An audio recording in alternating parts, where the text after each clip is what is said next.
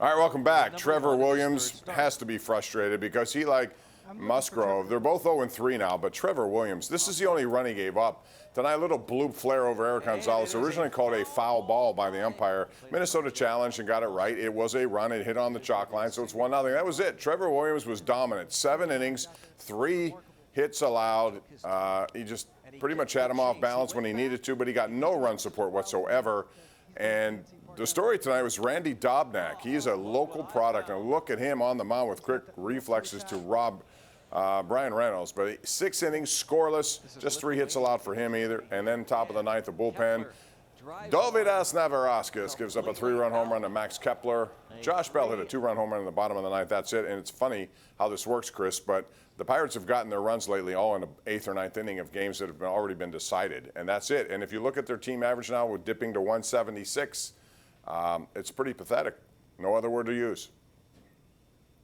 Pretty pathetic is probably an understatement at this point. Williams pitched the best game anybody has for the Pirates all year. I think that was pretty obvious. That was the best start they've gotten, so full marks to him.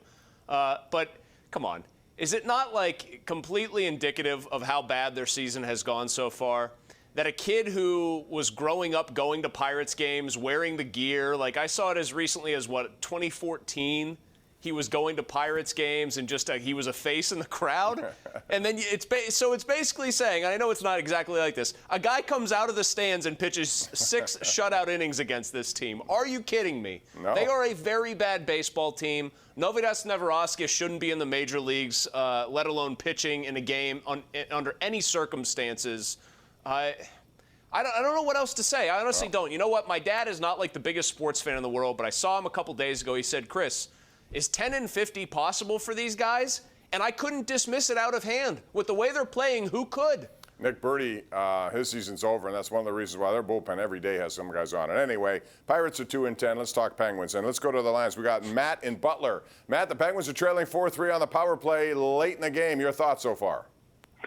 Hey, guys, I really love the program, but my thoughts are, and they were this way a couple weeks ago, they didn't make enough changes. The play from last year is still the play from this year. They were out early last year.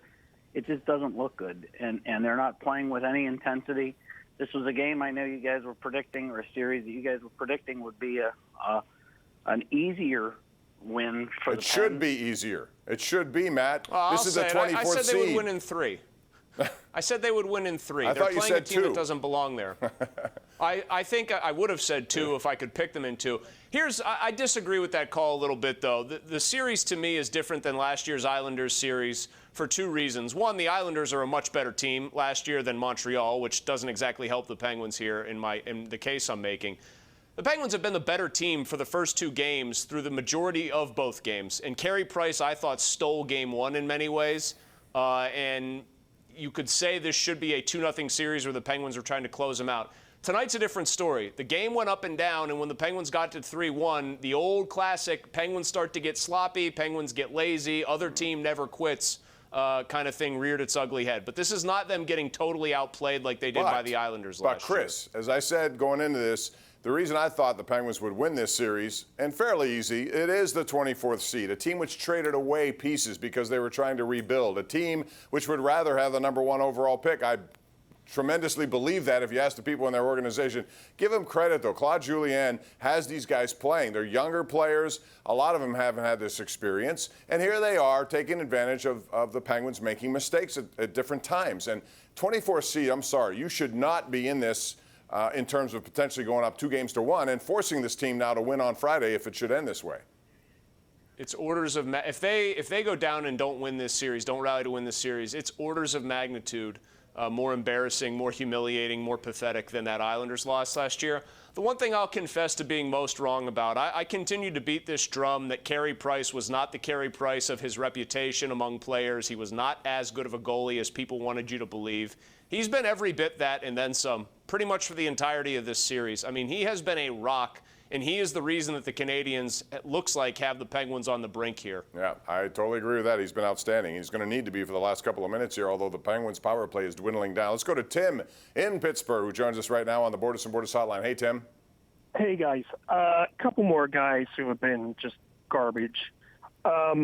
Dumoulin has been garbage. Malkin has been skating with the boo-boo face, like he's ready to hang it up for the season.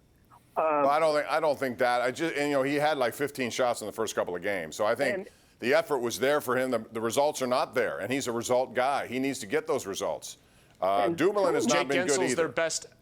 Well, Jake Gensel's another name here. He's their best pure goal scorer. Crosby set him up right in the danger area, walking in on Carey Price. He had 2 whacks at it, didn't get it. He hit a post or was a little bit late on one.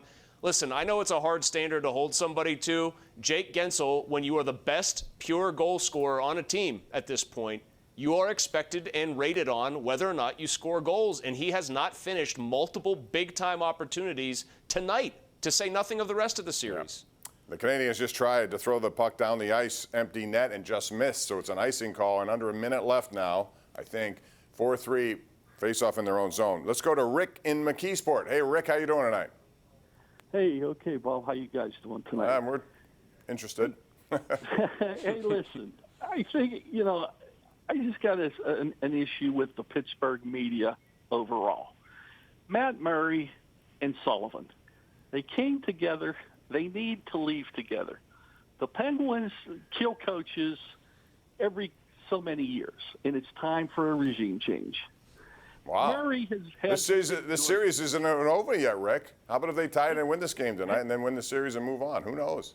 Bob, the series is over. You said they were going to win the next 3 games. I did, tonight. and I still believe it. It's not over yet. They haven't lost a third game, though. You can't actually say the series is over until they've lost a third game. They might. They stink right now. But Murray's going to be gone. If your wish is, hey, the guy won 2 cups or 1.5 cups for all the Fleury zealots out there, fine. He's going to price himself out of here anyway. I don't think Mike Sullivan's going anywhere. This would be 2 very humiliating defeats in a row in the playoffs. I concede that point. But up until this series, he has gotten that team to rally around a really difficult injury situation where Malkin, Crosby, Guentzel all gone for long chunks of time, and they didn't really skip a beat until the very end. So I don't think Mike Sullivan's going anywhere. And as a guy who said he could be fired on Christmas, I'll say this, nor should he.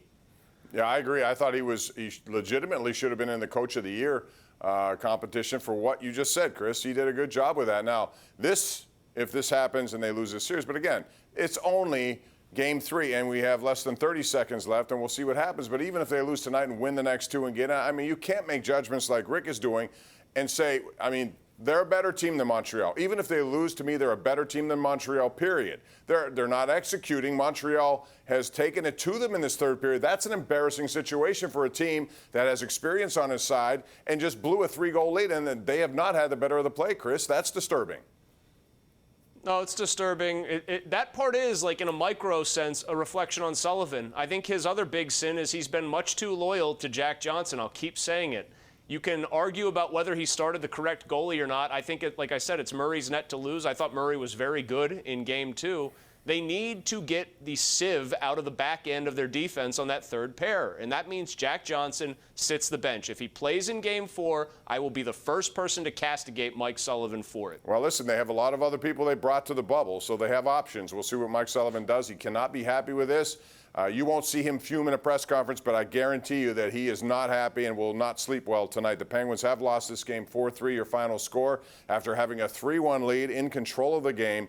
We are going to take more calls here, so call us if you're just flipping over at 412-575-2600. But first, it's time for our Tri-State Office Furniture tweet of the day. This comes to us from a man who covers the Minnesota Twins about the winning pitcher tonight. Randy Dobnak, who, as Chris said, was a longtime Pirate fan, went to over 150 Pirate games, and tonight he came and pitched shutout baseball against them. 6 innings, just 3 hits allowed as the Pirates continue to lose. 7 in a row now, they're 2-10. The guy's asking people to take pictures with him and his girlfriend, and then he shuts out the Pirates. What is going on here? Not much is the answer. We got to take a break. We'll come back with more on your phone calls right here live on Pittsburgh CW.